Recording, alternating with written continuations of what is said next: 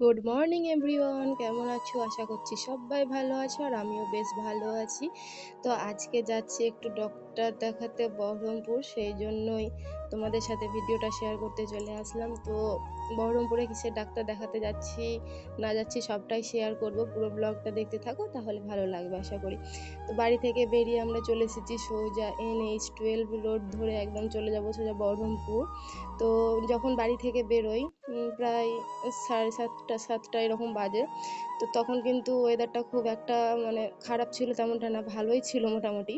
আর যেমন আমরা উমরপুর ঢুকেছি তখন শুরু হয়ে গিয়েছিল বৃষ্টি। তো দেখো প্রথমে আমরা এটা ধলা রামচন্দ্রপুর পার করে চলে এসেছিলাম সোজা একদম পেট্রোল পাম্পে। তো গাড়িতে তেল ভরে দেখো দিদির বাড়িও পার করে ফেললাম। তো কে কে চিনতে পারলে দিদির বাড়িটা অবশ্যই তোমরা জানিও কমেন্টে, আগের ব্লগে শেয়ার করেছি। তো তারপরে চলে এসেছি আমরা চাঁদির মোড় টোল ট্যাক্স, এবার টোল ট্যাক্সটাও পার করে নিলাম। আর এই যে দেখো শুরু হয়ে গেছে বৃষ্টি, একদম উমরপুর ঢোকার আগে থেকে শুরু হয়ে গেছে ঝিরিঝিরি বৃষ্টি।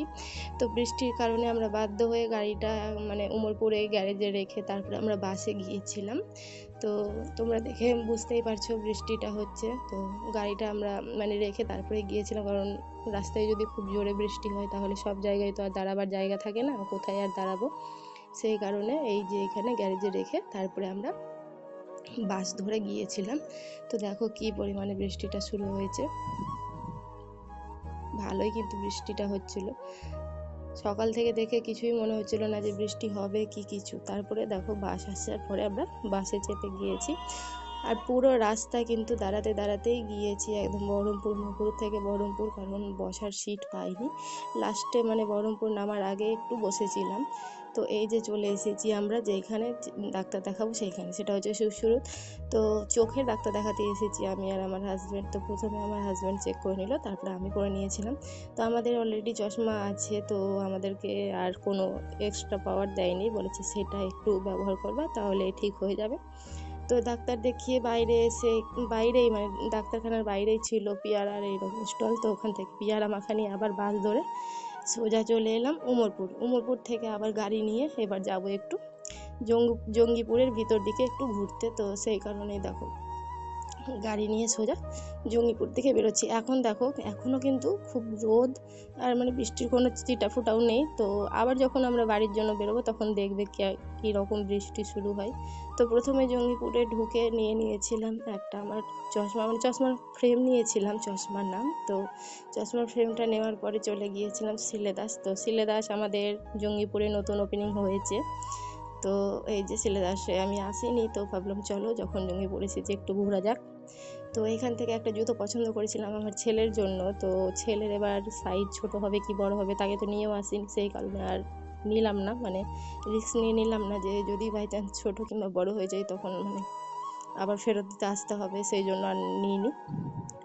তো আমার হাজব্যান্ড নিয়েছিল এখান থেকে একটা ওয়ালেট। তো তারপরে চলে এসেছিলাম সোজা স্ন্যাক্স জোনে একটু খাওয়া দাওয়া করতে। তো জঙ্গিপুর আসলে আমরা একটু স্ন্যাক্স জোনে ঢুকি, কারণ এখানকার ধোসাটা খুব সুন্দর খেতে, তাই কিছু না খেলেও আমরা অন্তত ধোসাটা খেয়ে তারপরে যাই। আর এখানকার মানে ডেকোরেশনটা খুবই খুবই সুন্দর, আমার তো খুবই ভালো লাগে, আর সব কিছু একদম পরিষ্কার পরিচ্ছন্ন। তো তোমরা জঙ্গিপুরের আশেপাশে যারা আছো অবশ্যই আসবে, ভালো লাগবে। তো এই যে আমরা ভেতরে ঢুকে গেছি, তো আজকে অনেক মানে ভিড় ছিল এখানে, তো সিট পাওয়া যাচ্ছিল না, তারপর অবশেষে আমরা পেয়ে নিয়েছি সিট। তো এইখানে দেখো ছোট ছোট মানে অ্যাকোরিয়াম করা আছে, যার মধ্যে ছোট ছোট মাছ আছে। তো মাছগুলোই আমি ঠোকা মারছিলাম যদি একটু এদিক ওদিক পালিয়ে যায় সেই কারণে। তো এখানে একটা বড় সাইজ, একটু বড় সাইজের মাছ আছে, তো তো 1000বার ঠোকা মারছি তবুও এ যাচ্ছে না। তারপরে এইদিকে দেখো ছোট ছোট লাল লাল কালারের মাছ আছে, কি মাছ জানি না আমি এগুলো।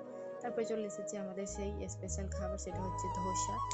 আমি একটা নিয়েছিলাম, বড় একটা নিয়েছিলাম, আর সাথে চিকেন বিরিয়ানিও নিয়েছিলাম। তো এত খিদে পেয়েছিল যে চিকেন বিরিয়ানির ভিডিওটা করাই হয়নি, লাস্ট মোমেন্টে তোমাদের দেখিয়েছি, মানে খাওয়া হয়ে যাওয়ার পরে তোমাদের থালা বাসন দেখিয়েছি। তো তার জন্য আমি দুঃখিত, মানে প্রচণ্ড খিদে পেয়ে গেছিলো, তাই আর খিদের চক্করে ভিডিও ক্লিপটা নেওয়াই হয়নি। তো এই যে ধোসা খাওয়ার পরে আমাদের বিরিয়ানিও খাওয়া হয়ে গেছিলো, তোমরা আই থিঙ্ক দেখে বুঝতেই পারছো যে বিরিয়ানিটা নিয়েছিলাম। তারপর এদিকে আমার বর বিল পেমেন্ট করছিল, বিল পেমেন্ট করার পর আবার চলে এসেছি নিচে। তো এবার যাব একটু মনমোহিনীতে।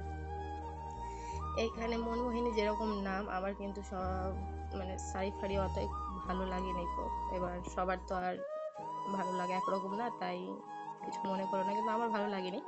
তো এই যে তারপরে আবার বেরিয়ে পড়েছিলাম বাড়ি যাওয়ার জন্য। অনেক ঘোরাঘুরি হলো, অনেক কিছু করলাম। তো বললাম না প্রথমেই যে বাড়ি যাওয়ার সময় তো শুরু হয়ে গেছিলো বৃষ্টি, মানে বৃষ্টির রাজ আমাদের পেছন ছাড়ছে না। তো এই যে দেখো কী পরিমাণে বৃষ্টিটা হচ্ছে, একটা জায়গায় এসে দাঁড়িয়েছে আর ওই দূরে আমাদের গাড়িটা রাখা আছে। তো এই বৃষ্টির মধ্যেই বললাম যে চলো, অনেক দেরি হয়ে গেছে, ছেলে বাড়িতে আছে। তার জন্য বৃষ্টিতে ভিজতে ভিজতেই আমরা বেরিয়ে পড়েছি। তো ওমরপুর পার করার পরে কিন্তু আর বৃষ্টিটা ছিল না, এই যে দেখে বুঝতে পারছো আর বৃষ্টিটা ছিল না। তো আজকের ব্লগটা এখানেই শেষ করছি, আর বেশি বড় করব না। তো আমার এই ছোট্ট ব্লগটা কেমন লাগলো অবশ্যই তোমরা কমেন্ট করে জানিও। ভালো লাগলে লাইক করে দিও আর আমার চ্যানেলটাকে সাবস্ক্রাইব করে পাশে থেকো। টাটা সবাইকে।